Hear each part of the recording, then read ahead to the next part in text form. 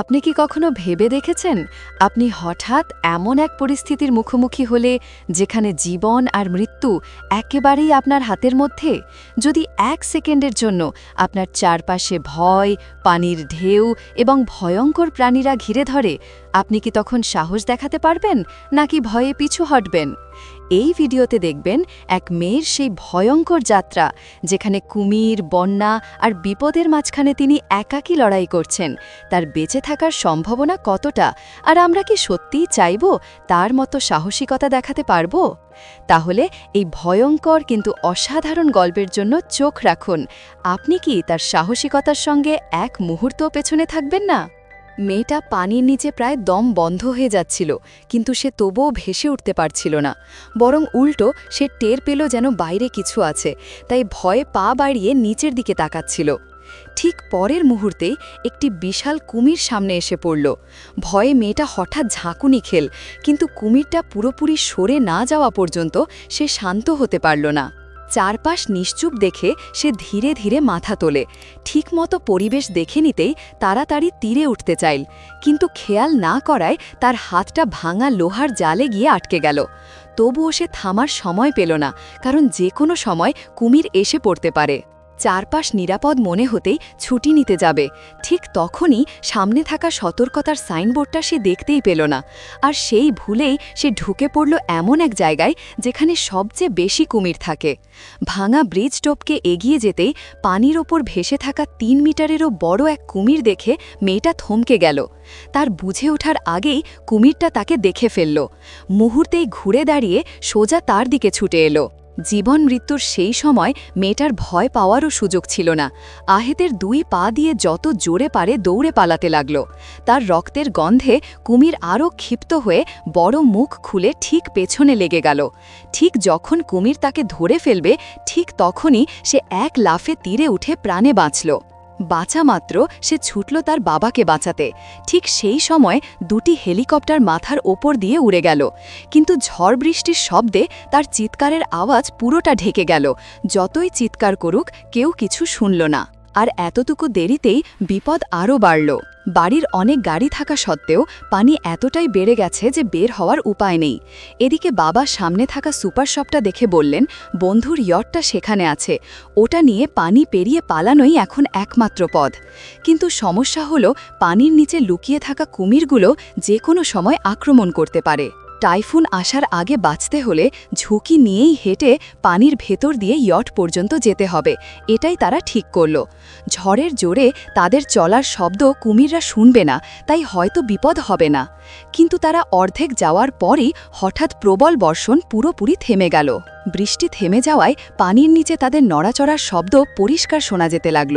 তারা স্থির হয়ে দাঁড়িয়ে রইল, এতটাই ভয় পেল যে নড়ারও সাহস নেই। ঠিক সেই সময় এক কুমির ধীরে ধীরে তাদের দিকে এগিয়ে এলো। বাবা খুব আস্তে করে বললেন, শান্ত থাকো। ভাগ্য ভালো কুমিরটা তাদের টের পেল না, কিন্তু তারা ভাবছিল বিপদ কেটে গেছে। ঠিক তখনই শহর জুড়ে বন্যার অ্যালার্ম বেজে উঠল। এর মানে দাম বাঁধ ভেঙে গেছে। বিশাল স্রোত যে কোনো মুহূর্তে পুরো শহর ডুবিয়ে দেবে। এখনই না পালালে আর বাঁচা যাবে না। মেয়েটা চোখ ভরা আতঙ্ক নিয়ে দূরের ইয়টটার দিকে তাকালো। এবার আর ভাবার সময় নেই। সে এক লাফে কুমির ভরা পানিতে ঝাঁপিয়ে পড়ল ইয়টটা নিতে।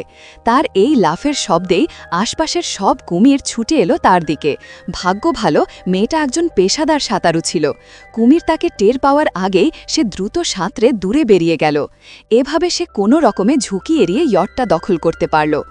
এরপর সে এক মুহূর্তও দেরি না করে ঝটপট বাবাকে তুলে আনল। কিন্তু ঠিক যখন তারা ইয়ট চালিয়ে সরে যেতে চাইল, তখন আবার সাইরেন বাজতে শুরু করল। তারা মাথা তুলে দেখল প্রচণ্ড বন্যার পানি ইতোমধ্যে ঢুকে পড়েছে। তারা এক ধাপ দেরি করে ফেলছে। এখন পালানোর সময়ও নেই, তাই তারা বাধ্য হয়ে ইয়টের ভেতরে লুকিয়ে রইল, আশা করল যেন ধাক্কাটা সামান্য লাগে। চোখ খুলতেই দেখা গেল মেয়েটা আর তার বাবা দুজন আলাদা হয়ে গেছে। পানিতে কুমির আছে ভেবে সে দৌড়ে উঠে গেল রান্নাঘরের টেবিলের ওপর। ঠিক তখনই সে কোণে একটা ওয়াকিটকি দেখতে পেল। সাহস সঞ্চয় করে নিচে ঝুঁকল আর কোনো রকমে সেটাকে তুলে নিতে সক্ষম হলো। ভাগ্য ভালো সেটা তখনও কাজ করছিল। খুব তাড়াতাড়ি সে উদ্ধার দলের সঙ্গে যোগাযোগও করতে পারল। আরও ভালো, বাবাও ভালো আছে সেটাও জানল। সিগন্যাল স্টিকের আলো দেখে সে তাদের পোষা কুকুরটাকেও খুঁজে পেল। কুকুরটাকে সিঁড়ির ওপর তুলতেই বিপদ। সিগন্যাল স্টিকের আলো কুমিরকেও আকর্ষণ করল। পরের মুহূর্তেই এক কুমির ঝাঁপিয়ে পড়ে সিগন্যাল স্টিকটা কামড়ে নিল।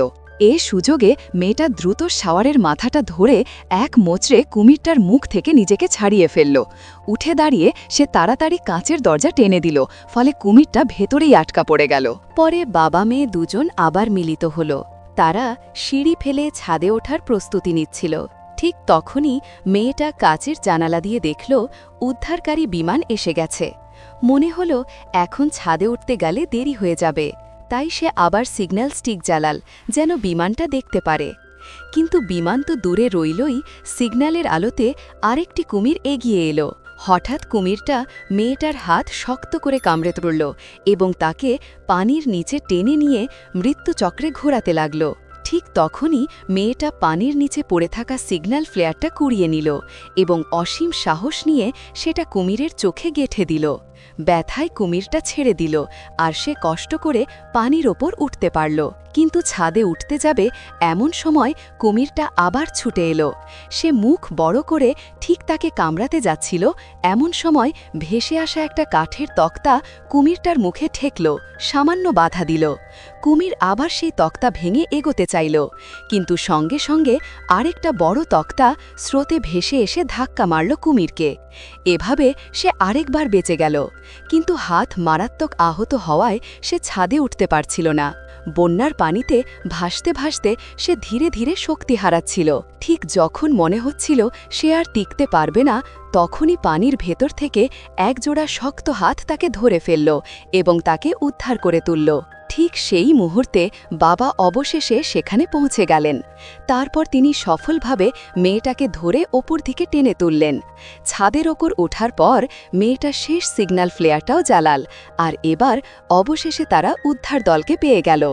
আজকের এই ভয়ঙ্কর যাত্রা শেষ হল, কিন্তু সেই সাহস, সেই হিম্মত, সেই বেঁচে থাকার লড়াই আমাদের মনে চিরকাল জীবিত থাকবে। মনে রাখবেন, কখনো হাল ছাড়বেন না। যে কোনো বিপদেই সাহস আর বিশ্বাসই আমাদের প্রকৃত শক্তি। যদি আপনিও এই গল্পে অনুপ্রাণিত হয়েছেন, তাহলে আমাদের চ্যানেলটি সাবস্ক্রাইব করতে ভুলবেন না, কারণ এখানে আরও অসাধারণ, চমকপ্রদ ও সাহসিকতায় ভরা গল্পগুলো আপনার অপেক্ষায় আছে। আপনাদের ভালোবাসা, সেবা ও নিরাপত্তার জন্য ভালো থাকুন, সুস্থ থাকুন। আল্লাহ হাফেজ।